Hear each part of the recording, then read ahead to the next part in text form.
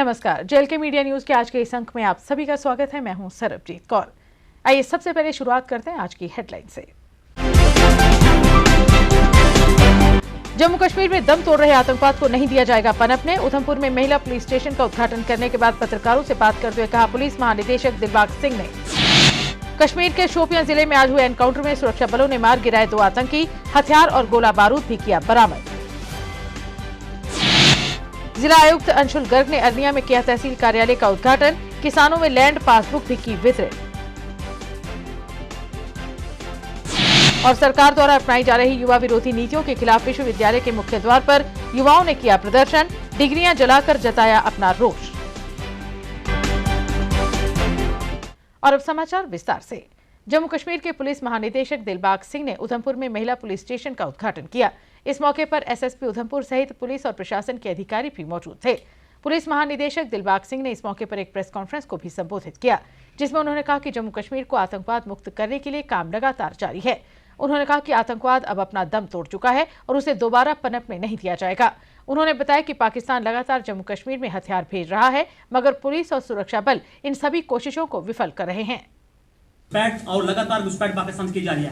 क्या जो हमारा माहौल शांत है जम्मू कश्मीर में उसको डिस्टर्ब करने की कोशिश की जा रही है? जी, ये बदनीति और जो इस तरह की बददियानतदारी की साजिशें जो हैं, इसका लंबा इतिहास है हमारे पड़ोसी की तरफ से। इसको बराबर कोशिश करने की ताक में रहते हैं कि कहीं जम्मू कश्मीर का अमन पसंद खित्ता, जहाँ पर बड़े लंबे अरसे से अमन प्रवेल कर रहा है, उसको डिस्टर्ब किया जाए। जम्मू कश्मीर में दम तोड़ती हुई जो मिलिटेंसी है उसको किसी न किसी फॉर्म में जिंदा रखा जाए। इसी ताक में कभी ड्रोन से, कभी टनल से दहशतगर्दों को भेजना, दहशतगर्दी का सामान बेचना, उसकी कोशिशें पार से जारी रहती हैं। मुझे इस बात की खुशी है कि हर इस तरह की कोशिश को नाकाम किया जा रहा है। पुलिस और सिक्योरिटी फोर्सेस मिल करके बहुत अच्छा काम इस ज़िम्मन में कर रही हैं। अभी कल ही ड्रोन के जरिए से पाकिस्तान से ऐसी शॉर्टीज जो हैं वो लश्कर तौबा की तरफ से आई, जिसमें एक्सप्लोजिव मटेरियल भी शामिल हैं, आईडी शामिल हैं, ग्रेनेड शामिल हैं, पिस्टल शामिल है। और पहली बार इस तरह का कोई केमिकल भेजा गया जो एक लिक्विड की फॉर्म में है, जिसको हम लोग एनालाइज कर रहे हैं, एनालिसिस कर रहे हैं कि वो किस मकसद के लिए है, किस तरीके से वो नुकसान पहुँचा सकता है। हमारी कोशिशें बराबर जारी हैं कि जो भी पार से इस तरह की नापाक हरकतें होती हैं उनका मुंह तोड़ जवाब दिया जाए। और मुझे खुशी है कि अभी तक बहुत कामयाबी से पुलिस और सिक्योरिटी फोर्सेस ऐसी सब साजिशों का सामना कर रहे हैं, उनको नाकाम कर रहे हैं। आने वाले टाइम में भी ये कोशिश जारी रहे। कश्मीर के शोपियां जिले में सुरक्षा बलों और आतंकवादियों के दरमियान जारी मुठभेड़ में सुरक्षा बलों ने 2 आतंकवादियों को मार गिराया। मारे गए आतंकवादियों से भारी मात्रा में हथियार और गोला बारूद बरामद किया गया है। मुठभेड़ के बाद पुलिस, सीआरपीएफ और सेना के जवानों ने क्षेत्र में तलाशी अभियान जारी कर दिया है। गौरतलब है कि सुरक्षा बलों को सूचना मिली थी कि क्षेत्र में मिलिटेंट छिपे हुए हैं, जिस पर कार्रवाई करते हुए सुरक्षा बलों ने 2 मिलिटेंटों को मार गिराया।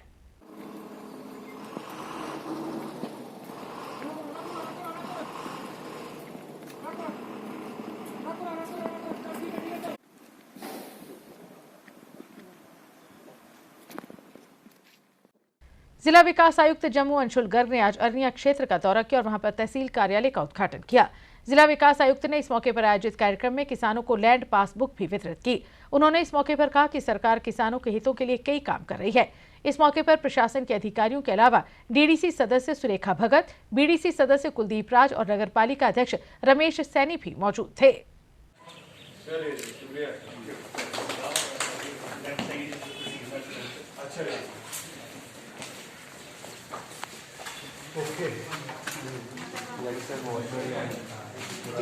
आज माननीय डीसी साहब के हाथों से आपको अवॉर्डित की जाएगी।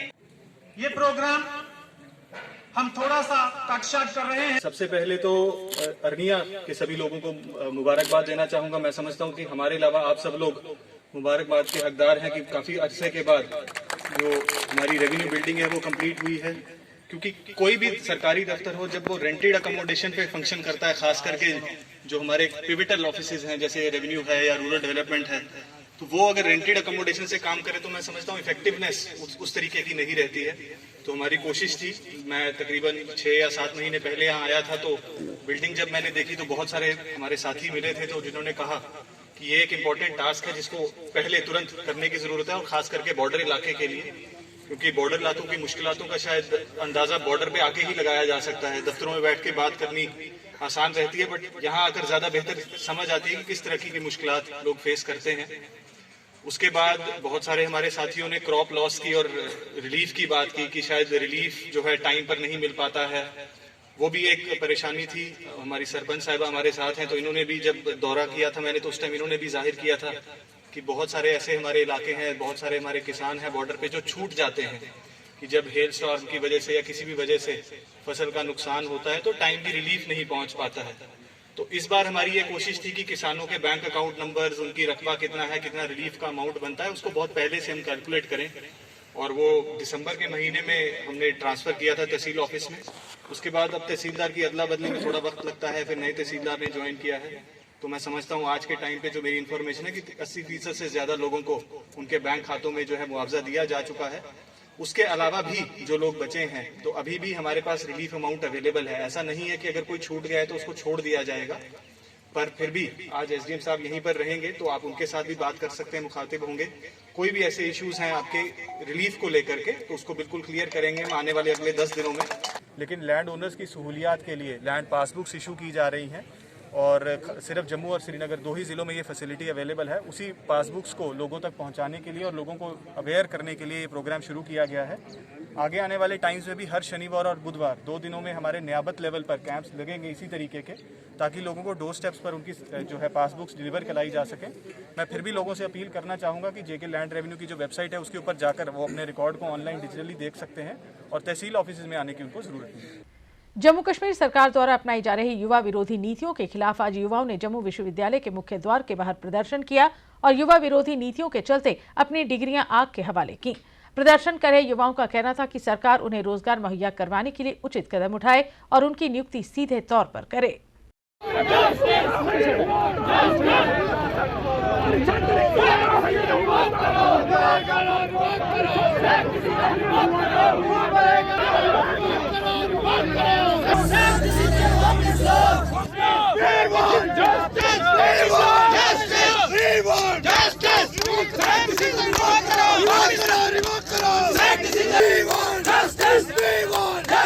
देखिए, जैसे कि मैंने पहले बताया कि जिस तरीके से हम खून पसीना एक करके दिन रात मेहनत एक करके हम डिग्रियां हासिल करते हैं, किस लिए?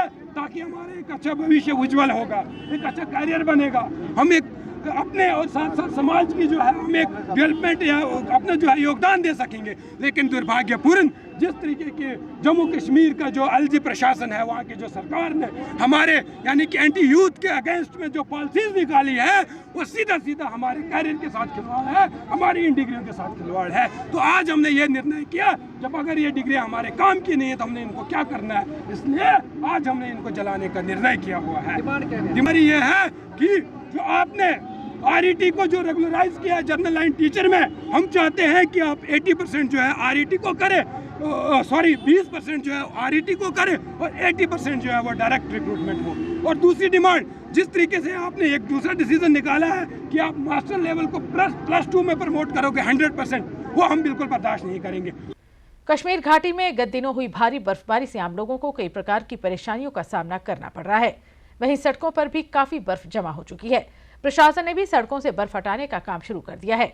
बात करें गवरान मारगान सड़क मार्ग की, जहां पर आज सुबह से ही सड़क से बर्फ हटाने का काम लगातार जारी है, ताकि आने जाने वाले लोगों को परेशानियों का सामना न करना पड़े।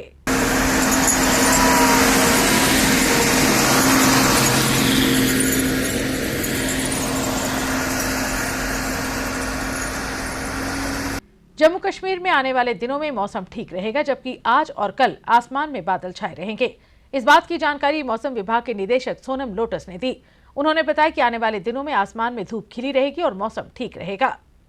मौसम जैसे फोरकास्ट था कि 24-25 को क्लाउडी रहने का, बिल्कुल कल भी पूरा क्लाउडी रहा है, ओवरकास्ट रहा है वादी कश्मीर में, जम्मू और लद्दाख में क्लाउडी रहा है, बल्कि लद्दाख में खास करके लेह में तो आज 4 सेंटीमीटर स्नोफॉल हुआ है अर्ली मॉर्निंग। अभी वहाँ पे मौसम क्लाउडी है, तो आज भी ऐसा ही, कश्मीर में भी ऐसा ही रहेगा, क्लाउडी अभी भी है। लेकिन एज एक्सपेक्टेड, जैसे मतलब एक्सपेक्ट था कि विजिबिलिटी इम्प्रूवमेंट होने का, तो अभी विजिबिलिटी भी बहुत काफ़ी इम्प्रूवमेंट हुआ है, जिसकी वजह से अभी नॉर्मल फ्लाइट भी चलने लगे हैं। अब फोरकास्ट ऐसा है कि कल भी नॉर्मल मौसम उबरआलूद रहने का इम्कान है, क्लाउडी रहेगा कल भी 26 को थोड़ा, लेकिन आज से बेहतर होगा। कल धूप भी खिल सकता है, 26 और 27 को धूप भी खिलने का चांसेस है। 28 की फिर एंडिंग फरवरी तक अमूमन मौसम अब वो ठीक ही रहेगा, यानी कि ड्राई। फिर अभी नेक्स्ट 5 डेज तक कोई खास ऐसा मौसम नहीं, मौसम अमूमन ठीक रहने का इम्कान है। हाँ, बीच में क्लाउडी रहेगा, लेकिन बर्फबारी का कोई फोरकास्ट नहीं है। जम्मू संभाग में एक बार फिर शराब की ज्यादा दुकानें खोले जाने के विरोध में आज आम आदमी पार्टी ने सरकार के खिलाफ प्रदर्शन किया। प्रदर्शन कर रहे आम आदमी पार्टी के कार्यकर्ताओं ने कहा कि सरकार जम्मू के युवाओं को शराब के नशे में डुबोना चाहती है, जिस कारण ज्यादा से ज्यादा शराब की दुकानें खोल रही है। उन्होंने कहा कि वे जम्मू में शराब की दुकानें खोले जाने का विरोध करते हैं, इसलिए शराब की दुकानें नहीं खुलने देंगे। शराब का शहर बनाना, मंदिरों के घर को, मंदिरों के शहर को शराब का शहर बनाना, मंदिरों के की हर जगह गली गली में स्मार्ट मीटर लगाए जा रहे हैं। देखिए, स्मार्ट मीटर तो आप लगा रहे हैं, स्मार्ट सिटी तो आप बना रहे हैं। आपने लोगों को, आम पब्लिक को कोरोना काल में या फिर जम्मू कश्मीर में रोजगार क्या दिए? वाइन शॉप्स दिए, वो भी चंद लोग, माफिया लोग जो हैं वो सारी वाइन शॉपों के मैक्सिमम अपने रिश्तेदारों के लिए सेटिंग करके वो लाइसेंस भी ले जाते हैं। आपने जम्मू कश्मीर को समझा क्या है? जम्मू कश्मीर को आपने लेबोरेटरी एक्सपेरिमेंट का अड्डा समझा है। आप घर घर में मीटर लगा रहे हैं, घरों घरों के बाहर मीटर लगा रहे हैं। मैं पूछना चाहता हूं, जो गरीबों के 5,000 से 5 लाख तक बिल है, उनका क्या सोचा आपने? उन लोगों को आप अंधेरे में क्यों डाल रहे हैं? उन लोगों के कनेक्शन क्यों काटे जा रहे हैं? आखिर उन लोगों के बिल क्यों नहीं माफ किए जा रहे? और हमारी ये डिमांड है कि जल्द से जल्द जिन लोगों के बकाया बिल हैं वो माफ किए जाए। आम आदमी पार्टी के वरिष्ठ नेता सेवा सिंह बाली की अगुवाई में आज प्रेस क्लब जम्मू के बाहर सरकार के खिलाफ प्रदर्शन किया गया। प्रदर्शन कर रहे आम आदमी पार्टी के कार्यकर्ताओं ने डेली वेजेस पर पुलिस द्वारा किए गए लाठीचार्ज की कड़े शब्दों में निंदा की और इस मुद्दे को लेकर सरकार पर निशाना भी साधा। पार्टी के नेताओं का कहना था कि सरकार डेली वेजर कर्मचारियों के लिए मिनिमम वेजेस एक्ट लागू करे। उन्होंने कहा कि सरकार कई सालों से काम कर रहे कर्मचारियों को पक्का भी करे। मिनिमम वेजेस एक्ट लागू करो। कि जम्मू कश्मीर के अंदर मिनिमम वेजेस एक्ट जो है फौरी तौर पर लागू किया जाना चाहिए और हमारे जो जम्मू कश्मीर के अंदर एसपीओज हैं उनकी रेगुलर पॉलिसी फ्रेम होनी चाहिए और जो डिसेंगेज एसपीओज हैं उनको तुरंत बहाल किया जाना चाहिए। और यहाँ पर जो एक अपनी आवाज़ को उठाने के लिए आगे आता है, ये एक बड़े अफसोस से कहना पड़ता है कि एक तरफ से हमारा देश बड़े फ़ख्र से हम ये कहते हैं कि हम आज़ाद हिंदुस्तान के शहरी और यहाँ पर हर एक अधिकारी को ये हकूक़ हासिल है, ये अधिकार हासिल हैं कि अपनी आवाज़ को बुलंद कर सकता है। उसके बाद भी इस तरीके से लाठीचार्ज करना ये बिल्कुल जमहूरियत का कत्ल है। इसको हम कड़े अल्फाजों में मजम्मत करते हैं। आज चिनैनी घोरडी विधानसभा के वरिष्ठ नेता जगदेव सिंह जग्गा द्वारा चिनैनी घोरडी विधानसभा क्षेत्र के गांव चौका नाला का दौरा किया गया और गांव चौका नाला के लोगों ने जगदेव सिंह जग्गा की अध्यक्षता में रूरल डेवलपमेंट डिपार्टमेंट के खिलाफ प्रदर्शन किया और सरकार से मांग की कि नरेगा के अधीन हुए कामों की लंबित पेमेंट जल्द से जल्द जारी की जाए। उन्होंने कहा कि पिछले 10 वर्षों का बकाया अभी तक लोगों को नहीं मिला है और वे सरकार से मांग करते हैं कि लोगों के लंबित वेजेस जल्द से जल्द जारी किए जाएं। तुम्हारे साथ हैं, आगे बढ़ो, हम तुम्हारे साथ हैं, आगे बढ़ो, हम तुम्हारे साथ हैं। जो नरेगा की लाइबिलिटी की मुहिम हम पिछले 2 सालों से लगातार उठा रहे हैं और ये पिछले कोरोना जो कोविड-19 के वजह से 2 महीने हमने इसको थोड़ा पोस्टपोन किया था, लेकिन आज हमने इस लाइबिलिटी जो नरेगा की लाइबिलिटी है इस मुहिम को आज चौका नाला से दोबारा स्टार्ट किया है। और हम जहाँ से जो सरकार को कहना चाहते हैं कि ये जो 16, 17 और 18 की जो नरेगा की लाइबिलिटी है ये सरकार जल्दी से जल्दी रिलीज़ करे, क्योंकि सरकार बहाने बना रही है कि रेशो में वायलेशन हुई। हम सरकार से कहना चाहते हैं, मेरे इन गरीब लोगों ने ना रेशो में वायलेशन की है, जिन्होंने की आप उनको उसका दंड दीजिए, लेकिन इन लोगों के जो पैसे हैं इनको जल्दी दिए जाए। स्वच्छ भारत अभियान को लेकर स्वास्थ्य विभाग कटरा ने नगरपालिका कटरा के सहयोग से अस्पताल परिसर के साथ ही अस्पताल मार्ग तथा काउंटर नंबर 2 अंतरराज्य बस अड्डा आदि स्थानों पर सफाई अभियान चलाया और बड़ी मात्रा में कचरे के साथ ही प्लास्टिक का सामान आदि इकट्ठा किया। सीएमओ रियासी राजीव शर्मा के निर्देशों पर बीएमओ कटरा डॉक्टर गोपाल दत्त के साथ ही अन्य डॉक्टर तथा पैरामेडिकल स्टाफ ने नगरपालिका कटरा अध्यक्ष विमल इंदु, उपाध्यक्ष अजय बड़ू, नगरपालिका कटरा के अधिकारियों व कर्मचारियों के साथ बड़े पैमाने पर सफाई अभियान चलाया। इस मौके पर बीएमओ डॉक्टर गोपाल दत्त ने कहा कि हम सबकी जिम्मेदारी है कि सफाई के प्रति सचेत रहें और कहीं भी कूड़ा कचरा ना फेंकें और इसके लिए औरों को भी जागरूक करें ताकि आधार शिविर कटरा को पूरी तरह से साफ सुथरा रखा जा सके। इस मौके पर स्वास्थ्य विभाग के अन्य डॉक्टर, पैरामेडिकल स्टाफ के साथ साथ कटरा नगरपालिका के अधिकारी तथा कर्मचारी आदि भी मौजूद थे। ऐसा नहीं है कि सफाई नहीं हो रही है। अगर आप पिछले 7-8 सालों के जब 3 सालों से पहले की व्यवस्था सफाई की देखें और आज देखें, काफ़ी सुधार है। इसमें भी कोई दो शक नहीं है कि सुधार की और ज़रूरत है। ये सुधार होगा। जैसे जैसे थोड़ी कोविड की वजह से हमें मुश्किलें रही हैं, बट आज ही मुझे पता लगा है कि हमारे पास 7 नए और ऑटो रिक्शाज आ रहे हैं। जैसे ये लिफ्टिंग के लिए ऑटो रिक्शाज आएंगे, हमारी सफाई की व्यवस्था और ज़्यादा सक्रिय होगी। बायोमेडिकल वेस्ट के लिए जो डिस्पोजल इसकी एक्टिविटीज़ होती हैं वो अलग तरीके की होती हैं। वो हॉस्पिटल के अंदर हम करते हैं, उसमें अलग तरीके के बिन्स होते हैं और एट द सोर्स उनको सेग्रीगेट किया जाता है। जो मेडिकल वेस्ट है वो 3-4 किस्म का होता है, वो सेग्रीगेट किया जाता है, अलग अलग बिन्स में भेजा जाता है। फिर उसको हमारे एक अनमोल हेल्थ केयर है, तो उसके थ्रू वो फाइनल डिस्पोजेबल के लिए चला जाता है। पंचारी उधमपुर के पर्यटन स्थल दियारी जंगल, जिसकी खूबसूरती देखते ही बनती है। इन दिनों वहां पर पर्यटकों का आना जाना लगा हुआ है, मगर पर्यटन विभाग यहां आने वाले पर्यटकों को बुनियादी सुविधाएं मुहैया करवाने में अभी ज्यादा सफल नहीं हो पाया है। बात करें यहां की सड़क की, जो भूस्खलन के चलते प्रभावित हुई है, यहां पर पर्यटकों को परेशानियों का सामना करना पड़ रहा है। यहां आने वाले पर्यटक जब सड़क की खराब हालत को देखते हैं तो वापस लौटने के लिए मजबूर हो जाते हैं। पर्यटकों ने सरकार से मांग की है कि सड़क की दशा सुधारी जाए। बहुत ही एक इम्पॉर्टेंट रोड है जो दियारी जंगल के लिए जाती है। तो जहाँ ये पीछे जो स्लाइड हुई है बारिश के कारण, तो ये स्लाइड तो पिछले साल हुई थी, लेकिन ठेकेदार ने काम ही डिले किया, तो अभी काम स्टार्ट किया तो ये ज़्यादा डिले मतलब स्लाइड हो चुकी है। तो हम एडमिनिस्ट्रेशन से यही रिक्वेस्ट करना चाहते हैं कि जल्दी से जल्दी जो जहाँ पे जो आरसीसी वगैरह जो भरी जानी है उसको जल्दी से जल्दी भरा जाए, ताकि जो हमारा जो टूरिस्ट स्पॉट है जो दियारी जंगल है, ये रास्ता बंद होने से बच सके। तो अभी जैसे कि आज हम जहाँ पे पहुँचे तो हमारे जो टूरिस्ट जहाँ आए हुए थे तो उन्होंने बताया कि आगे रास्ता बंद है। जो जहाँ पे आके देखा कि आपको कैमरे के माध्यम से पीछे गाड़ियाँ दिखाएंगे, गाड़ियाँ पीछे रुकी हुई हैं, आगे नहीं जा पा रही हैं, क्योंकि बहुत ही बड़ा रिस्क है। जो आगे थोड़ी सी रोड बची है वो भी नीचे से उसकी जो मिट्टी है वो खिसक चुकी है और वो खाली रोड है। तो मैं एडमिनिस्ट्रेशन से यही अपील करूँगा कि जल्दी से जल्दी इस रोड को ठीक किया जाए। जम्मू कश्मीर टीचर्स फोरम के पदाधिकारियों ने आज एक प्रेस कॉन्फ्रेंस को संबोधित किया, जिसमें उन्होंने जम्मू कश्मीर में शिक्षा संस्थान खोले जाने को लेकर प्रशासन की सराहना की और कहा कि अध्यापक बच्चों को पढ़ाने के लिए अपना दायित्व भली भांति निभा रहे हैं। उन्होंने कहा कि शिक्षा के क्षेत्र में नए ऐसे अधिकारी तैनात किए जाएं जो शिक्षा से जुड़े हों। उन्होंने कहा कि ऐसा करने से शिक्षा नीति पर अच्छा काम हो सकेगा। संगठन के सदस्यों ने इस मौके पर एक ब्रोशर भी जारी किया, जिसमें अध्यापकों के कामकाज के बारे में अवगत करवाया गया है। प्रेस कॉन्फ्रेंस के दौरान फोरम द्वारा मेंबरशिप ड्राइव शुरू की गई, ताकि ज्यादा से ज्यादा शिक्षक संगठन से जुड़ सकें।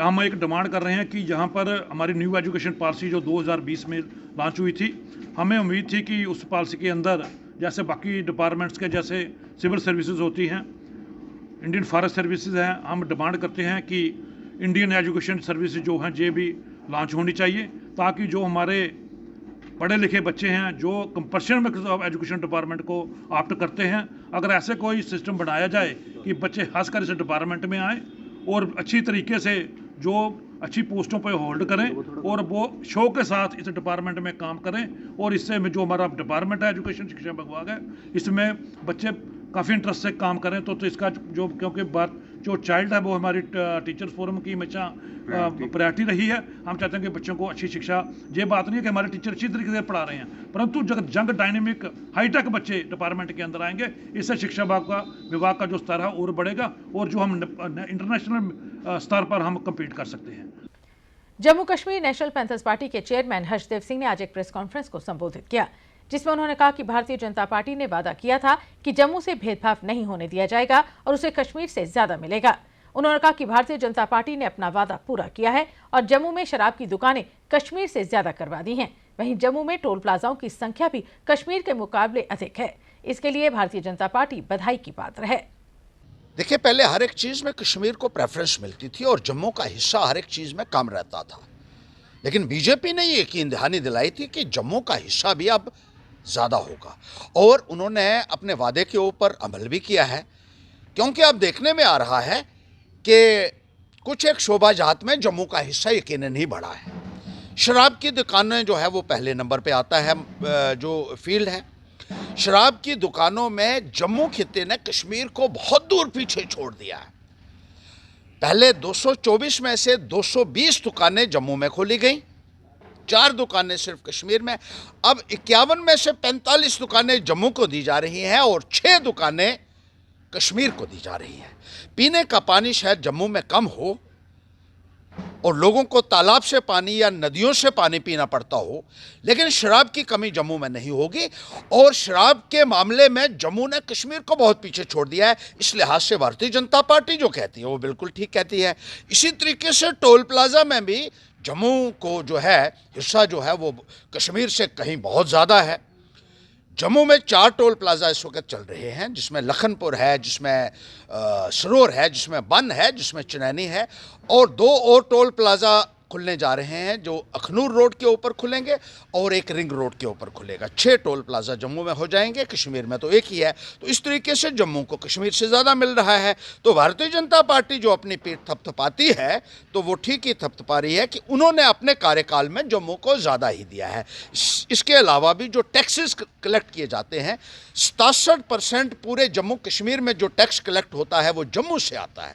पाक अधिकृत कश्मीर के विस्थापित संगठन ने आज अपनी मांगों को लेकर सरकार के खिलाफ प्रदर्शन किया। प्रदर्शन की अगुवाई कर रहे संगठन के प्रधान युद्धवीर सिंह चिब ने कहा कि सरकार ने अभी तक प्रधानमंत्री पैकेज के तहत उन्हें बकाया राशि जारी नहीं की है, जो 24,50,000 रुपए बनती है। उन्होंने कहा कि बाहरी रियासतों में रह रहे पाकिस्तान अधिकृत कश्मीर के लोगों को भी सरकार राहत राशि मुहैया करवाए, क्योंकि वे भी जम्मू कश्मीर के लोग हैं। डिलिमिटेशन कमीशन की रिपोर्ट को लेकर उन्होंने कहा कि उन्हें उम्मीद थी कि पाक अधिकृत कश्मीर की 24 सीटें उनको मिलेंगी, मगर इस सिलसिले में कोई भी कदम नहीं उठाया गया। 5.5 लाख रुपया मिल रहा था गवर्नमेंट की तरफ से, मोदी जी की तरफ से, लेकिन अभी वो भी 20% हमारा बकाया है। इसके अलावा 30 लाख रुपया हमारा JPC ने रिकमेंडेशन दी थी, 24.5 लाख रुपया हमारा बकाया। हम चाहते हैं कि एक ही किस्त में वो सारे पैसे दिए जाएं। इन लोगों ने बड़ी दरबदारी देखी है।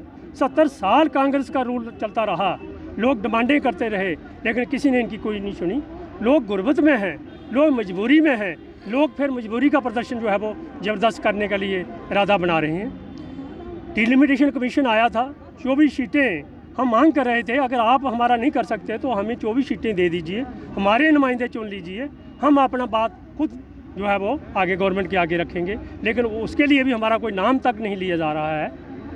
हाईकोर्ट के additional special mobile magistrate R S Pura के आदेश के मुताबिक परमजीत सिंह निवासी वार्ड नंबर 4 मीरा साहब, जिनके खिलाफ 87 CRPC के तहत मामला दर्ज है, न्यायालय में उपस्थित न होने के कारण आज पुलिस कर्मचारियों ने उनके निवास पर पोस्टर चिपकाए और उन्हें अदालत में पेश होने का हुक्म जारी किया।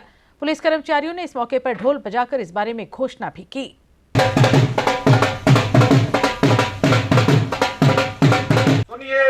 सुनिए, परमजीत सिंह उर्फ सन्नी पुत्र लाभ सिंह, जो कि वार्ड नंबर 4 सिंबल कैंप का रहने वाला है, जिसके खिलाफ पुलिस स्टेशन मीरा साहब में पर्चा नंबर 74 साल 2015 रजिस्टर है और कोर्ट ने इसके खिलाफ 19 फरवरी 2021 को 512 का वारंट जारी किया है। इसके बावजूद भी ये कोर्ट के सामने पेश नहीं हुआ है। कोर्ट ने इसको मुजरिम इश्तिहारी करार दिया है और 1 महीने का यानी कि 22 मार्च 2022 तक का वक्त दिया है। अगर ये 1 महीना यानी कि 22 मार्च 2022 तक कोर्ट में पेश नहीं होता है तो इसकी जायदाद कुर्क की जाएगी।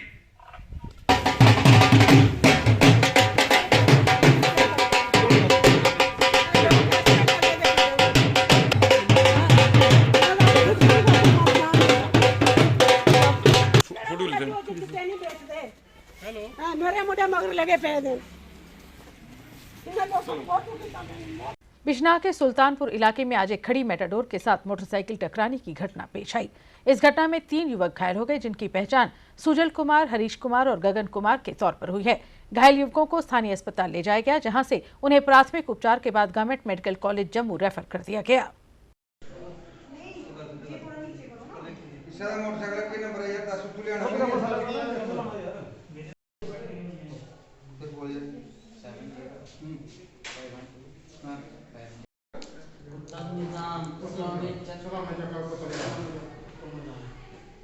और अब अंत में मुख्य समाचार एक बार फिर।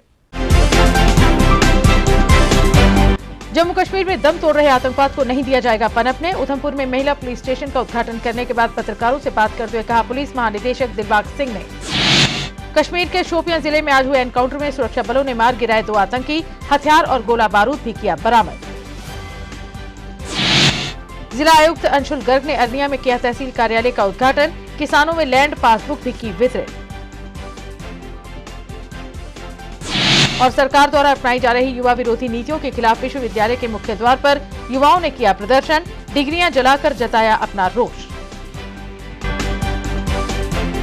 JLK मीडिया न्यूज के आज के इस अंक में बस इतना ही। दीजिए इजाजत, नमस्कार।